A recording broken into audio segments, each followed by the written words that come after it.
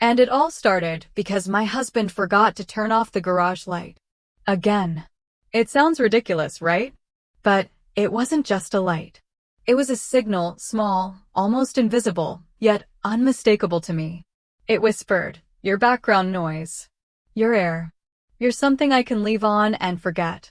We lived in a house with a perfect facade, white shutters, a manicured lawn, children with straight A's, and smiling faces in school photos. Neighbors envied us.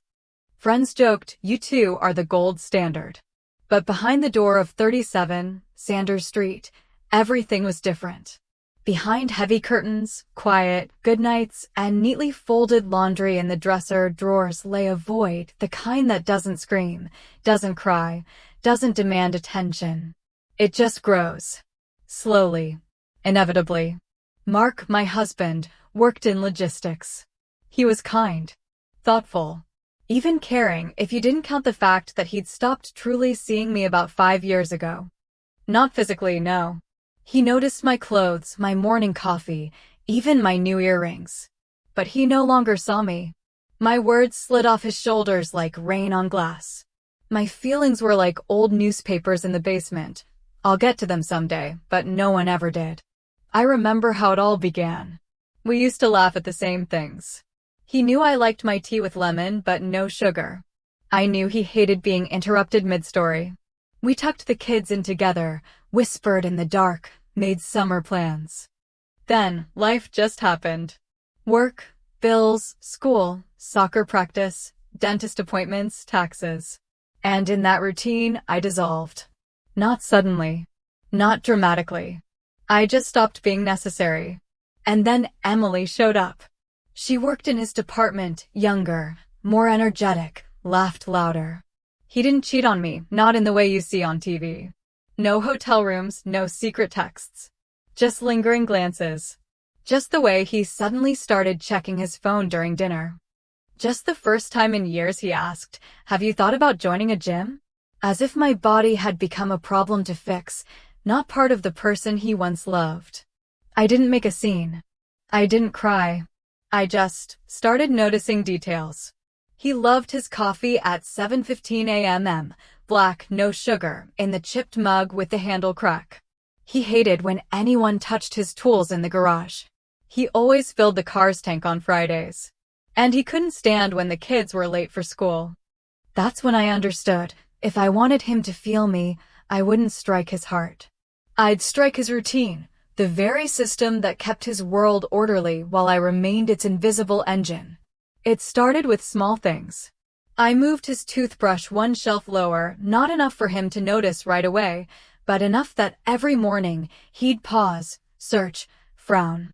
Then I swapped his favorite shampoo for one that smelled nearly identical, but had a different formula. Within a week, he had dandruff. He went to the pharmacy, bought remedies, grumbled. I feigned sympathy. Poor thing. Must be work stress. Then I started accidentally serving dinner late. 10 minutes. Then 20. He'd get nervous, check his watch, ask what happened. I'd reply softly, "Sorry. I just lost track of time." He couldn't complain. I wasn't yelling or slamming doors. I was just disappearing from his schedule. He started to notice. First, he got irritated. Then worried.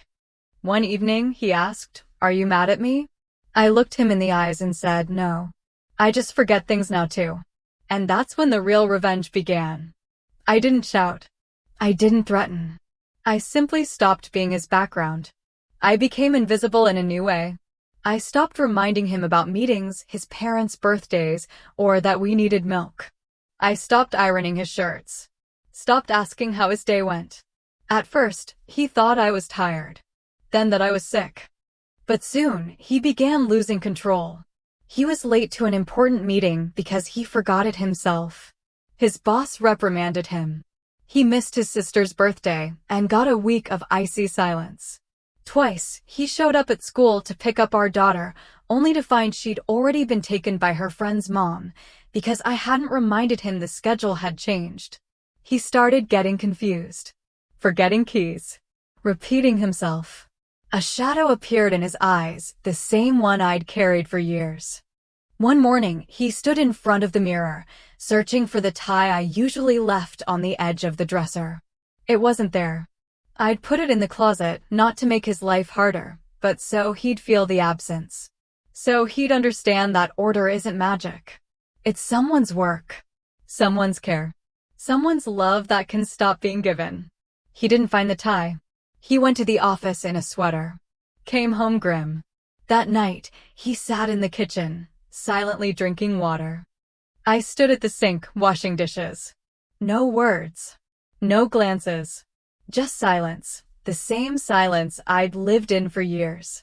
And then one night, he sat on the edge of the bed and said quietly, "I don't understand what's happening to me." I didn't answer right away. I just stared at the ceiling. Outside, leaves rustled. Somewhere, a dog barked. The world moved on while we were stuck in this web of quiet. "Maybe," I finally said, "you're just feeling what it's like to be me." He froze. Then got up and left the room. Not slamming the door. Just leaving. The next morning, he turned off the garage light himself. And left a note on the kitchen table. "I'm sorry.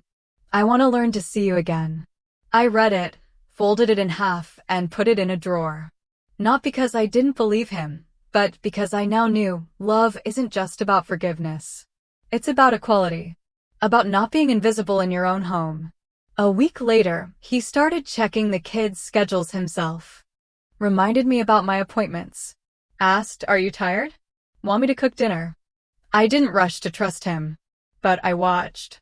One evening, after the kids were asleep, he sat beside me on the couch and said, "I didn't know you felt this way." I thought, everything was fine. "Everything was fine," I replied. As long as I was the only one holding it together. He nodded. Didn't make excuses. Just took my hand and held it for a long time. No words. No promises. Just presence. I don't know if he'll change. People don't transform overnight. But for the first time in years, I felt he wants to. And that's not background noise anymore. That's a beginning. Because real revenge isn't about breaking someone. It's about making them see they broke themselves. And you simply stopped picking up the pieces. Sometimes silence is louder than screams. Sometimes absence hits harder than a punch. And sometimes revenge is just letting someone feel what it's like to be you. But true victory isn't making him suffer. It's reclaiming your wholeness, even if he doesn't deserve it. Because in the end, a home isn't made of walls. It's made of the people inside it, and whether they truly see each other.